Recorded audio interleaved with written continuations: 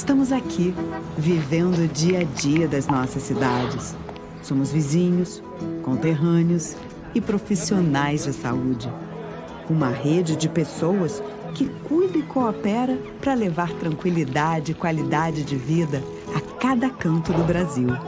O maior sistema cooperativo de médicos do mundo está aqui. Aqui tem gente. Aqui tem vida. Aqui tem Unimed. Sabia que Hortolândia tem uma das maiores redes de saúde do estado? Tem infraestrutura para atender emergências, especialidades, coletar exames e cuidar das pessoas. Uma rede completa que atende mais de 123 mil pacientes todos os meses. Saúde é um grande desafio, no público e no particular, em todo o país. Mas aqui os investimentos não param. É mais saúde para mais gente. É Hortolândia, um passo à frente.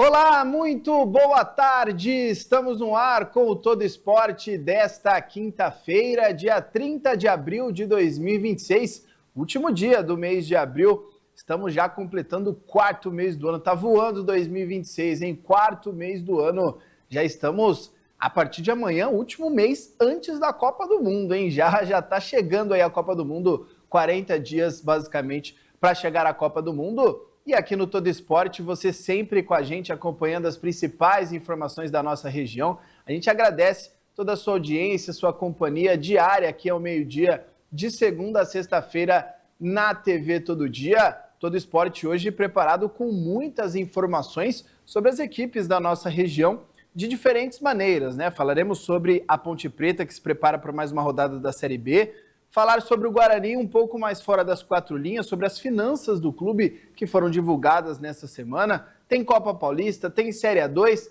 tem uma nota oficial da Malucos do Tigre falando sobre a temporada 2026 do Rio Branco.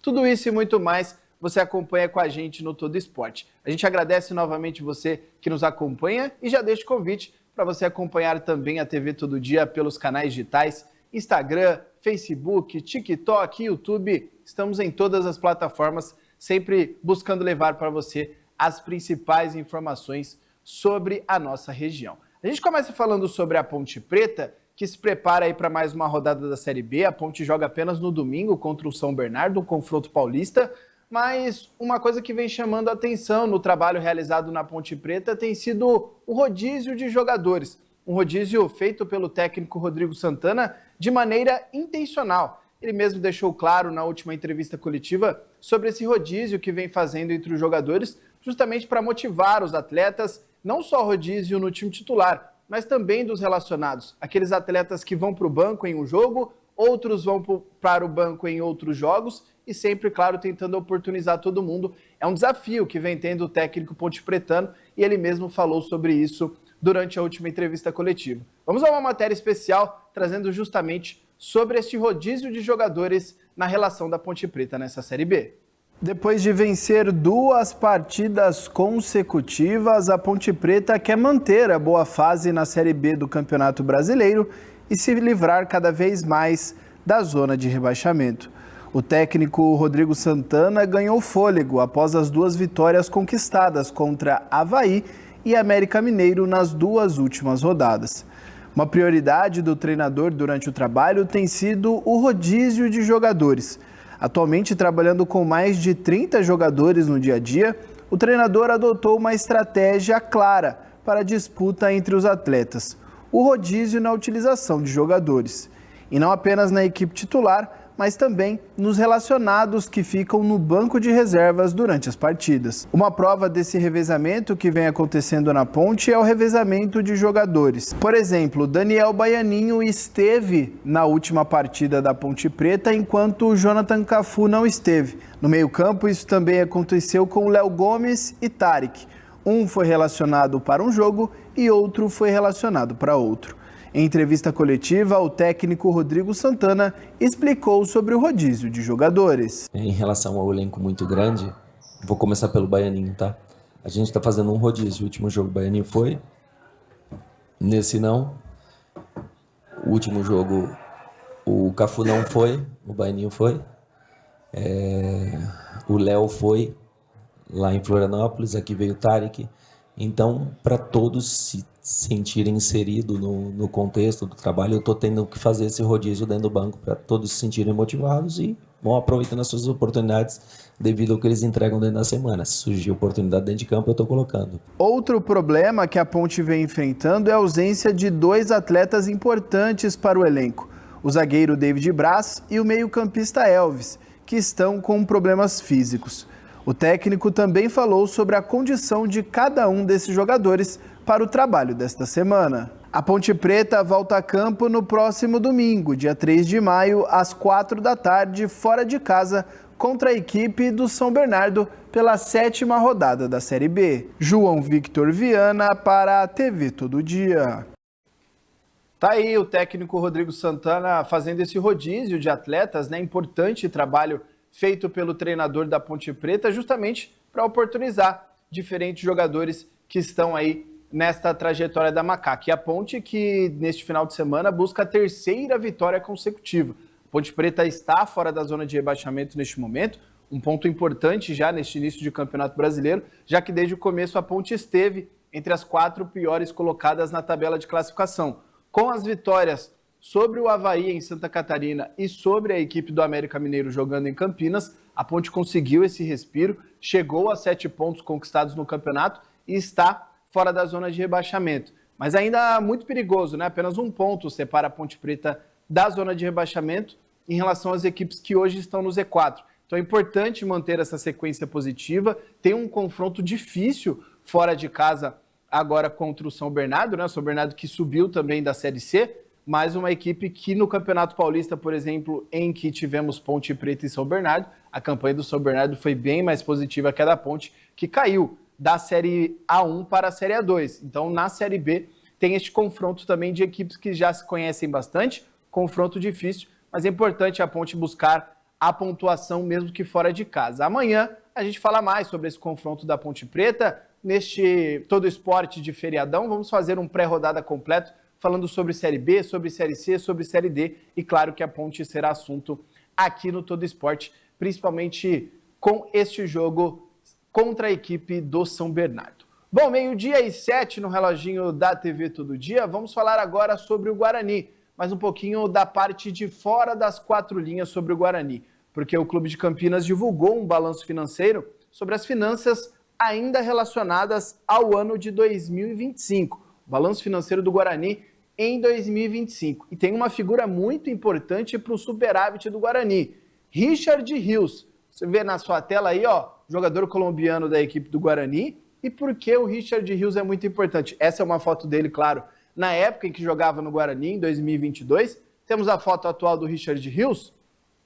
Hoje ele veste a camisa vermelha, a camisa do Benfica, o colombiano Richard Rios. E por que ele é uma figura tão importante? Porque justamente a venda do Richard Rios faz com que o Guarani tenha um superávit em 2025. Tenha mais faturado do que gastado. No balanço financeiro divulgado pelo Guarani, a equipe do Bugre tem uma arrecadação na casa dos 64 milhões de reais, 64,8 milhões de reais. Já os custos e despesas gerais foram de 56,7. Então, um superávit de 8 milhões de reais em médias do Guarani. O clube aponta que o principal motivo para o resultado positivo foi os repasses nas negociações de jogadores, e entre elas a do Richard Rios. Mas por que a do Richard Rios? Para a gente explicar o contexto geral das últimas temporadas. O Richard Rios não saiu do Guarani direto para o Benfica. Ele teve uma passagem de muito sucesso pelo Palmeiras. Mas na venda do Rios do Guarani para o Palmeiras, o Guarani manteve uma porcentagem econômica do jogador. O Palmeiras não adquiriu 100% do Richard Rios.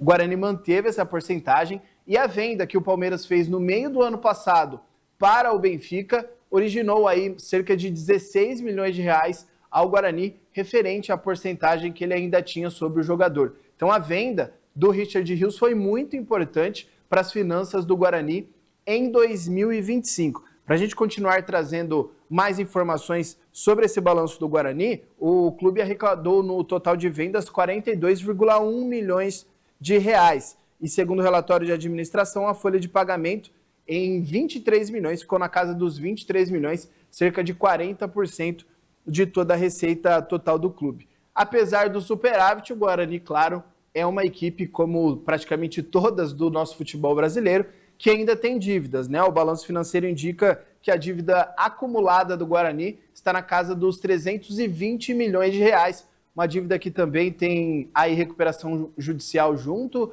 com o pagamento feito mês a mês. Então, basicamente, a folha do Guarani, a folha de dívidas do Guarani gira na casa dos 320 milhões de reais, mas aí números importantes para mostrar ao torcedor do Bugre uma prestação de contas da equipe do Guarani com o seu torcedor, do clube, né, como um todo. Esse balanço até demorou a sair, né? Já estamos no mês de abril, finalizando o mês de abril, e só foi divulgado isso nesta semana. Isso aconteceu segundo o próprio Guarani, porque houve uma troca de empresas que administram essas finanças do Guarani, né? Empresa terceirizada. A empresa que até o final do ano prestava esse serviço deixou o clube, segundo o Guarani, não cumpriu com todos os combinados, então uma nova empresa precisou assumir os serviços, estar completamente inteirada de todos os gastos e receitas do clube, para aí sim divulgar um balanço financeiro mais correto, que foi divulgado nesta semana pelo Guarani. Esse balanço tem no site oficial do clube, então basta conferir ali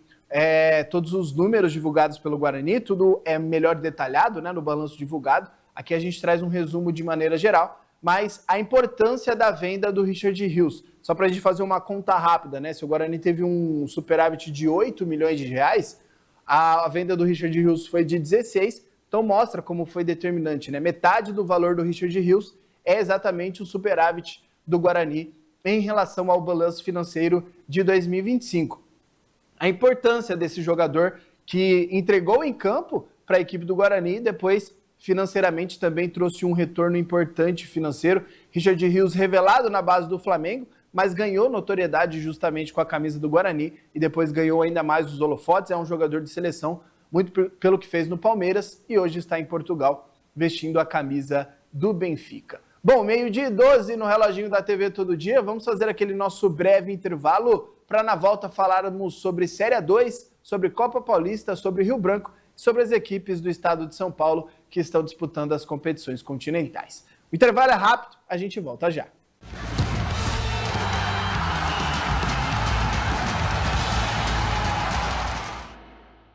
Sabia que Hortolândia tem uma das maiores redes de saúde do estado?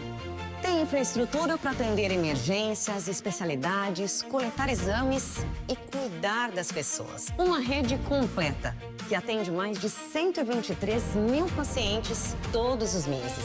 Saúde é um grande desafio no público e no particular em todo o país. Mas aqui os investimentos não param.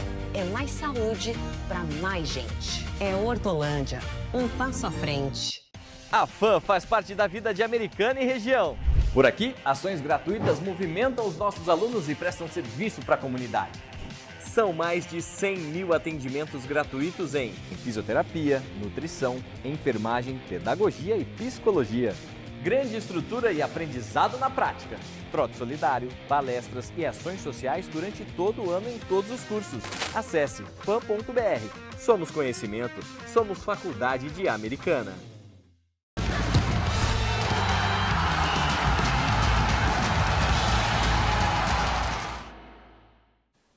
De volta com Todo Esporte aqui na TV Todo Dia. Vamos continuar falando sobre o nosso futebol estadual. Vamos tratar sobre o Campeonato Paulista da Série A2, porque estamos na fase bem aguda do campeonato, já decidindo aí quem serão os finalistas e as equipes que conseguirão o acesso da Série A2 para a Série A1. A gente tem arte para colocar na tela da primeira semifinal. Resultado entre Votuporanguense e Juventus, 0-0. Essa partida foi realizada em Votuporanga. Juventus que buscava o acesso há 19 anos e o Votuporanguense que buscava a Série A1 pela primeira vez na história. Resultado de 0-0 deu ao Juventus, ao moleque travesso, o acesso e a vaga na final da Série A2 deste ano. Juventus, que é uma equipe tradicionalíssima, né? Joga na Rua Javari, um estádio muito tradicional do nosso estado de São Paulo, está de volta à Série A1 do Campeonato Paulista. Já temos um substituto aí, né? Da Série 1 para a Série A2,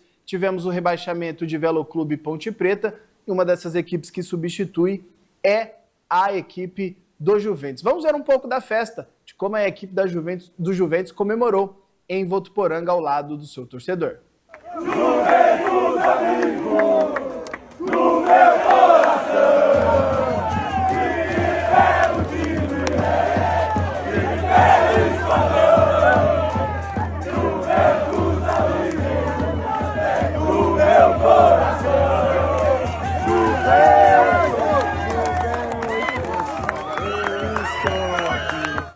Tá aí a comemoração dos atletas, né? Uma comemoração um pouco comedida, porque eram visitantes, né? Então, em menor número em relação aos torcedores do Votuporanguense, que tentaram bastante, incentivaram bastante, mas não conseguiram a classificação. Tivemos o 0-0 no segundo jogo, mas para trazer o contexto completo, o Juventus venceu na primeira partida por 2-1. Então, o resultado da primeira partida foi o que basicamente deu esta classificação e o acesso para a Série A1 do ano que vem. Juventus jogava pelo empate e uma vitória simples do Votuporanguense já era o suficiente, porque a equipe que foi mandante no segundo jogo, caso do Votuporanguense, jogava pelo empate no placar agregado. Então, se vence por 1-0, ficaria 2-2 no placar agregado, já seria o suficiente. Mas não foi o que a equipe de Votuporanga conseguiu, 0-0, com o Juventus jogando melhor, inclusive, conseguiu manter o 0-0 no placar, empate suficiente para a equipe conseguir a vaga na final e conseguir também um acesso. Vamos ouvir então um dos atletas envolvidos neste acesso, o Paulinho, que comentou a emoção de conquistar um grande resultado com a camisa do Juventus. Para mim hoje é um motivo de muita gratidão. Ano passado eu estava no Barra e nas oitavas eu tive uma fratura no rosto e não pude jogar o jogo do acesso e nem a final. E eu pedi para Deus uma oportunidade de jogar outro jogo do acesso, ter a oportunidade de estar em outro time que iria buscar o acesso. E Deus me presenteou, estar aqui no Juventus hoje, conseguindo acesso para essa torcida maravilhosa. Hoje é um dia muito especial para mim, que eu vou até tatuar no meu corpo. Só gratidão por tudo, agradeço a Deus, toda a honra e toda a glória seja dada a Deus, a minha família, meus empresários que sempre esteve comigo. Então só agradecer e desfrutar com essa torcida maravilhosa. Tá aí o atleta do Juventus, né, demonstrando toda a emoção pelo resultado conquistado, falando que vai até tatuar no corpo o acesso conquistado. Pode esperar um pouquinho, né? Quem sabe pode tatuar a taça, porque ainda teremos a decisão na final entre Juventus e duas equipes que lutam pela vaga na noite de hoje. Temos a arte para colocar na tela, Ferroviária e Ituano. Ferroviária jogando em Araraquara, tem a equipe do Ituano pela frente. No primeiro jogo, deu Ferroviária. Ferroviária venceu pelo placar de 1-0, mesmo jogando em Itu, e já é um resultado muito importante, né? Porque isso faz com que o Ituano precise vencer fora de casa. A Ferroviária venceu por 1-0 jogando em Itu, porém, o placar agregado serve à Ferroviária. Por isso, uma vitória simples do Ituano não é o suficiente. Uma vitória por 1-0 empataria o placar agregado, que favorece a Ferroviária. Então, o Ituano, para conseguir a classificação, precisa vencer por 2 gols de diferença no mínimo. 2-0, 3-1, 4-2 e aí por diante. Então, por isso, tem bastante encaminhada a sua classificação e o seu acesso à equipe da Ferroviária, mas o jogo é dentro das 4 linhas. Ferroviária, que faz parte da Série B do Campeonato Brasileiro, na verdade, da Série C do Campeonato Brasileiro, inclusive enfrentou o Guarani neste início de semana, poupou grande parte dos seus atletas, justamente priorizando esta semifinal contra a equipe do Ituano. Então tem bastante...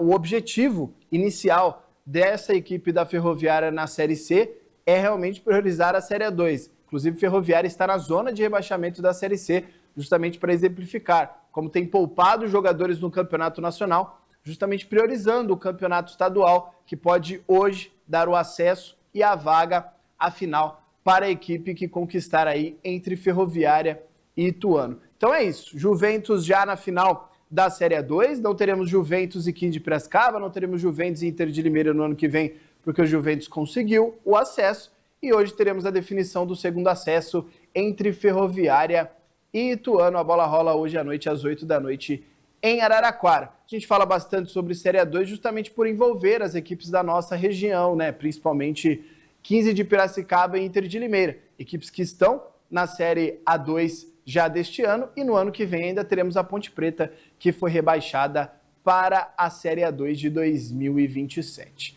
Bom, 12h19, vamos falar agora sobre Copa Paulista. A Federação Paulista definiu nos últimos dias o novo formato da Copa Paulista, que inicia no mês de julho. E com a definição da Copa Paulista, teremos inclusive uma Copa Paulista mais enxuta neste ano de 2026. Apenas 16 equipes jogam a competição, foram divididas aí em 4 grupos. A gente tem até a artezinha para explicar como será a disputa dessa Copa Paulista. São 16 clubes que vão disputar a competição, 4 grupos cada uma. Essas equipes se enfrentarão em confrontos de ida e volta nessa fase de classificação.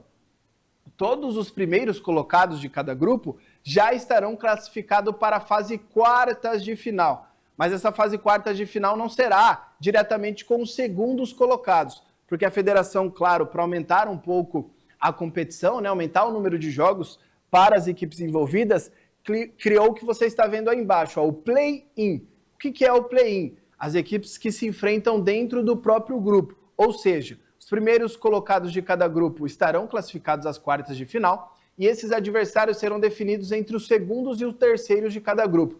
Quem ficar em segundo e em terceiro fazem um confronto de ida e volta, um confronto de mata-mata. Quem conseguir essa classificação estará nas quartas de final. Algo semelhante com o que acontece na Copa Sul-Americana, em relação aos segundos colocados de cada grupo da Sul-Americana com os terceiros colocados da Libertadores. Então, o primeiro colocado dos grupos da Copa Paulista já estará nas quartas de final e o segundo e o terceiro jogam mais um mata-mata. E aí, entre esses dois, neste confronto de mata-mata, terá já o confronto casado com as quartas de final. E aí sim, teremos quarta, semi, final e de volta com a definição do campeão da Copa Paulista de 2026. Então vamos aos clubes que estão inscritos, confirmados e já divididos em 4 grupos da Copa Paulista. Ó, a gente vê no grupo 1, com menos clubes, a Federação Paulista teve menos recurso para fazer aqueles grupos regionalizados, né? Então a gente